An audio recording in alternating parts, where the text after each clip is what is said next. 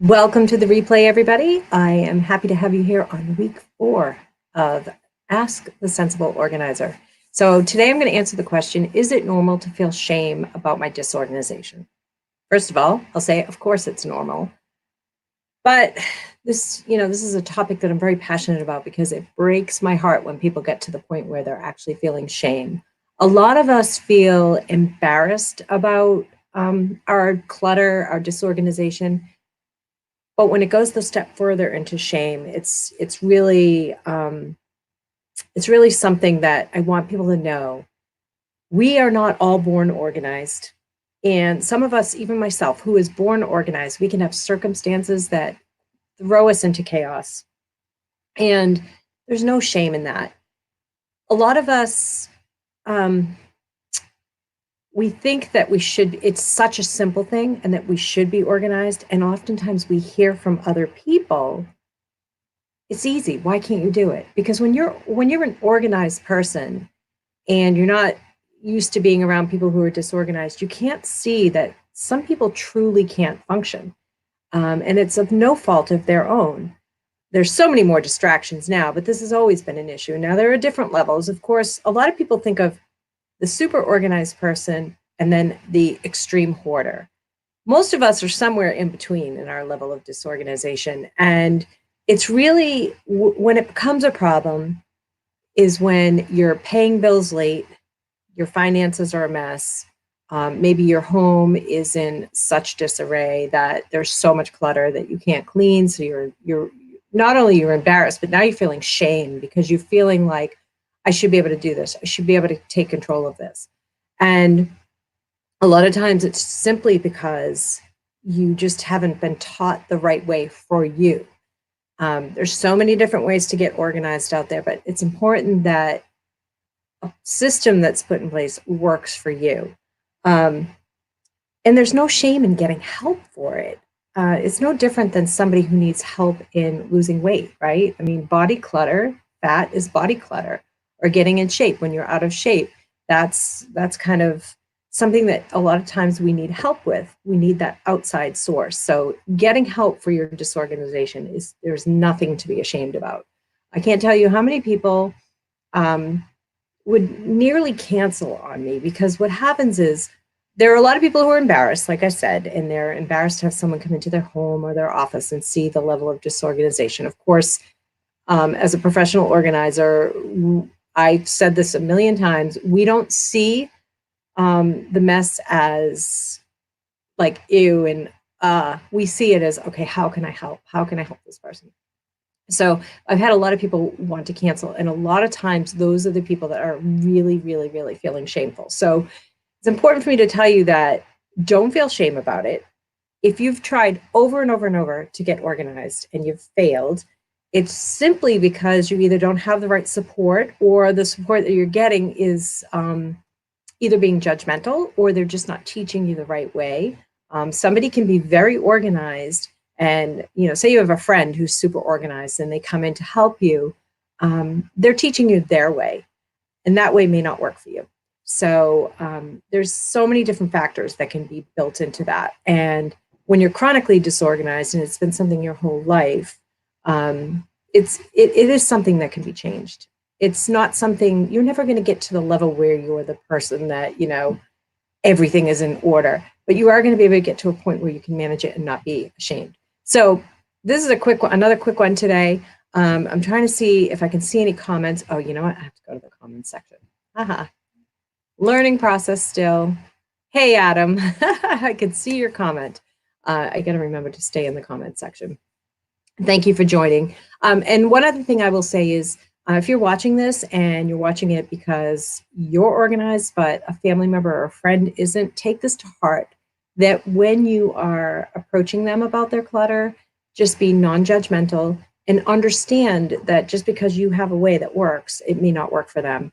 I do have a quiz, and I'll put the link here. I'll put it in the comments, but I'm going to pop it up in the banners too. I have a link to a quiz that I've created because the way I see people as either people who like to pile things, so they're very visual.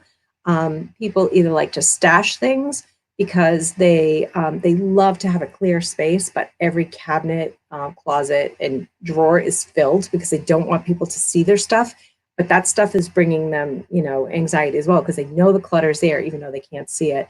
Or they're an avoider. Those are the people that just have clutter everywhere because it's just too much stuff. Or you're a purger. And purgers tend to have less stuff, so they tend to be more organized. I'm not saying that pilers can't be. I'm a piler myself. I'm very visual, I like things out, but I have my system. So the quiz will actually help you determine kind of which category you fall into. And then I give you tips based on that. And so I hope you take it. And I'm trying to see how much time's gone by. Well, 5 minutes. So I wanted to keep them to 5 or 6 minutes. I wanted to keep it brief, but if anybody, I'm going to go back into the comments because I can see comments. And Mia Voss is here. Here in the front. Are you raising your hand? You're being very studious. Are you taking notes, Mia? I love that. Oh, I like this. I'm going to put your comments up so I can read it better. Adam, it helps me to enter my house and pretend I've never seen the house. Fresh eyes. Oh yeah, definitely. That's a great point because a lot of times our subconscious and our peripheral is seeing the clutter, but we're not really seeing it. So we walk in, we don't think anything of it, but really deep down, it's affecting us on some level. So I love that.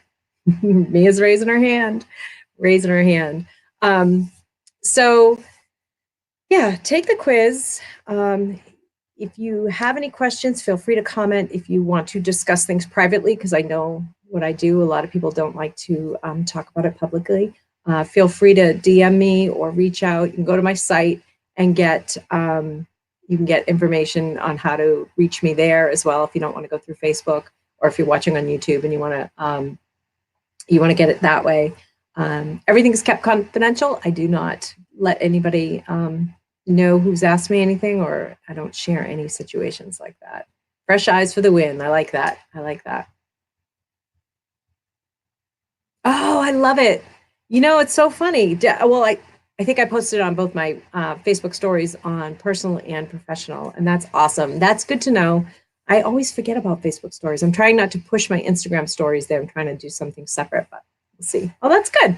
It's good to know. I will make sure I post that each week, but I am going every week live at 11 a.m. Eastern time with a question. So if you have questions and you want to submit them, I'm happy to answer those live. And I've reached out to some of my fellow organizers, so I'm hoping to have some of them on with me because I think that's really good to have a discussion. Different points of view are really key.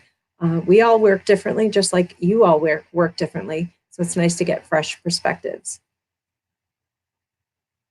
Yes, I'm going to put that comment up, Mia. That is a huge one. How we grew up is definitely it definitely affects what happens to us. And a great example of that is if you were a child that was stifled and made to get rid of things, a lot of times you'll be an adult that wants to hold on to everything.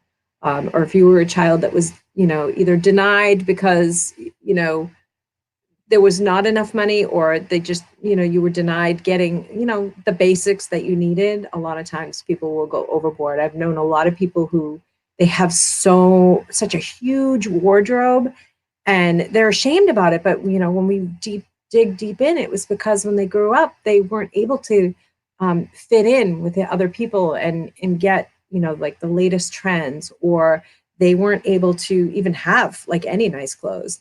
So yeah.